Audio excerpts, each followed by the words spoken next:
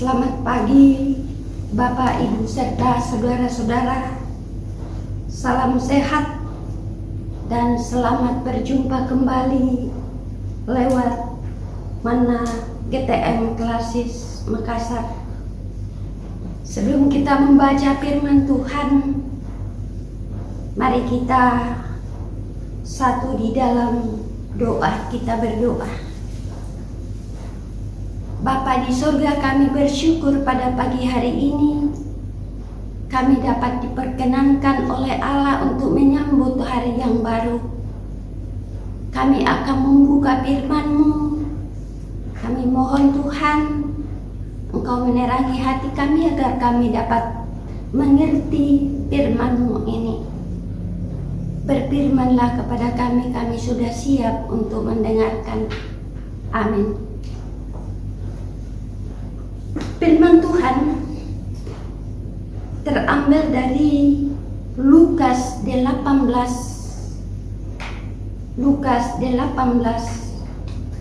dan saya akan bacakan ayatnya yang ketiga. Dan di kota itu ada seorang janda yang selalu datang kepada hakim itu dan berkata, "Belalah aku terhadap lawanku." Amin. Saudara-saudara, firman Tuhan yang kita baca pada pagi hari ini, saya beri judul bertekun dalam doa. Kita semua percaya bahwa doa yang sungguh-sungguh besar khasiatnya. Itulah sebabnya doa bagi kita adalah napas jiwa hidup kita. Awal, sedang, dan akhir dari semua aktivitas kita, doa selalu ada di dalamnya. Persoalan bagi kita adalah bagaimana kita terus berdoa ketika doa kita kelihatannya tidak atau belum dijawab oleh Tuhan. Perumpamaan dalam Lukas 18 ayat 1 sampai ayatnya yang ke-8 ini diangkat oleh Yesus untuk menjelaskan tentang bagaimana seharusnya kita menyatakan keinginan dan harapan kita kepada Tuhan, yaitu melalui doa yang tidak jemu-jemu di ayatnya yang pertama pembacaan dalam Lukas ini.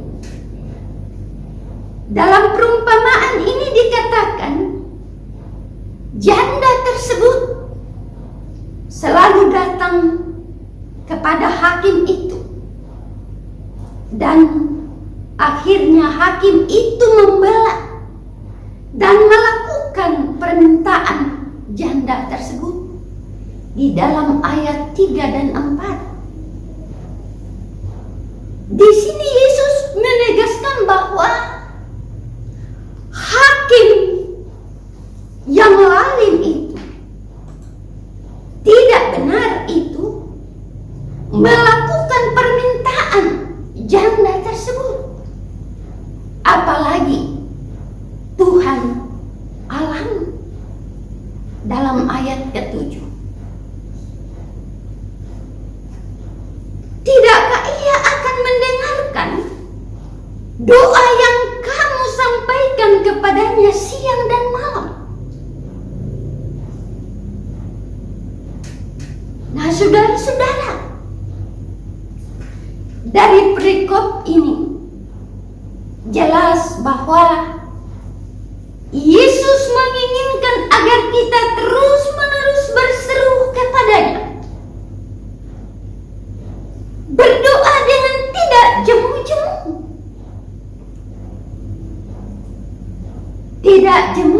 berarti terus melakukan dalam kondisi apapun. Berdoa itu tidak tergantung pada kondisi tertentu. Misalnya, hanya ketika kita ada di dalam keadaan yang nyaman, yang senang, yang damai, yang bersyukur. Tetapi pada setiap saat dan dalam keadaan apapun, kita tetap berdoa. Seperti apa yang dikatakan oleh Rasul Paulus di dalam 1 Tesalonika pasalnya yang kelima ayatnya yang ke-17, untuk tetap berdoa. Nah, saudara-saudara, kesulitan hidup kita saat ini di masa pandemi COVID-19 ini semakin kompleks.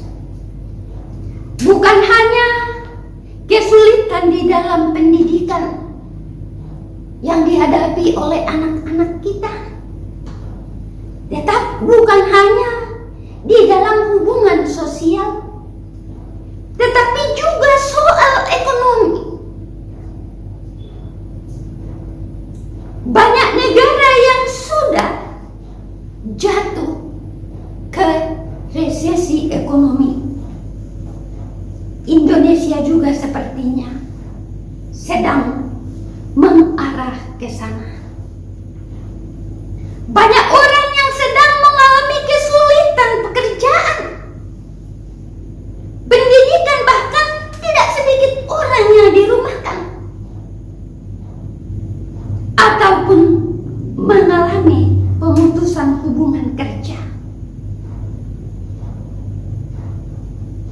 Doa seakan-akan tidak dijawab oleh Tuhan. Tetapi saudara-saudara yang terkasih, kita sebagai orang percaya kepada Yesus Kristus, mari kita memahami secara positif bahwa ketika kita sedang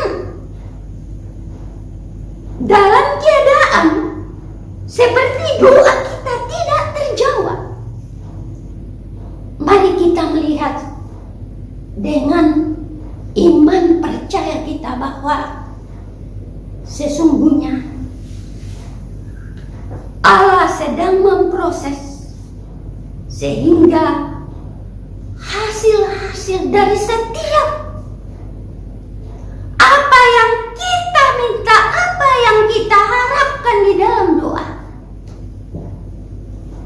akan menghasilkan hal-hal yang positif.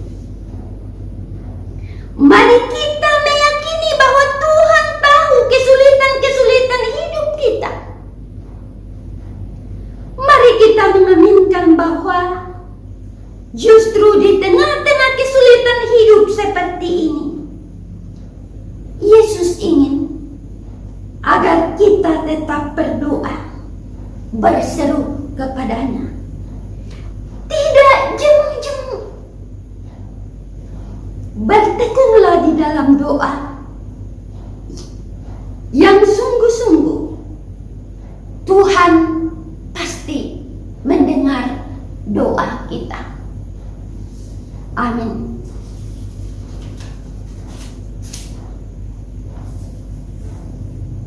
Mari kita satu di dalam doa, kita berdoa. Terima kasih Bapa di surga, di pagi yang indah ini kami diberikan kesempatan oleh Tuhan untuk dapat merenungkan firman-Mu. Berkati Tuhan agar kami dapat belajar dari firman-Mu ini untuk selalu melihat, untuk selalu mengerti dan memahami kesulitan-kesulitan yang kami hadapi, kami dapat meyakini bahwa sesungguhnya Tuhan sedang memproses supaya menghasilkan hal-hal yang lebih baik, yang lebih positif dalam kehidupan kami. Bapa di dalam surga, berkati sidang jemaat Tuhan yang akan melakukan aktivitas pada hari ini. Berkati Tuhan, lindungi mereka, jaga mereka, sehingga ya Allah, anak-anak-Mu dapat terhindar dari segala penyakit, bahkan segala persoalan-persoalan pergumulan hidup. Kami dapat menghadapinya bukan karena kesanggupan dan kemampuan kami, namun semata-mata karena pertolongan Tuhan. Berkati Tuhan badan pekerja majelis klasis di dalam program Mana GTM klasis. Lewat program ini kami dapat berbagi untuk jemaat-jemaat Tuhan.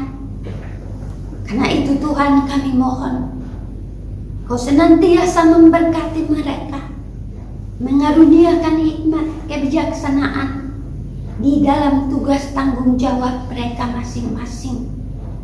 Berkati sidang jemaat-Mu Tuhan, agar pada setiap saat mereka senantiasa kuat, tekun di dalam berseru berdoa kepada Tuhan. Bapa di dalam sorga, segala aktivitas, segala hidup dan kehidupan kami serahkan ke dalam tangan kasih-Mu melalui anak-Mu Yesus Kristus yang adalah sumber hidup dan sumber berkat. Kami datang bersyukur kepada Bapa di sorga. Amin.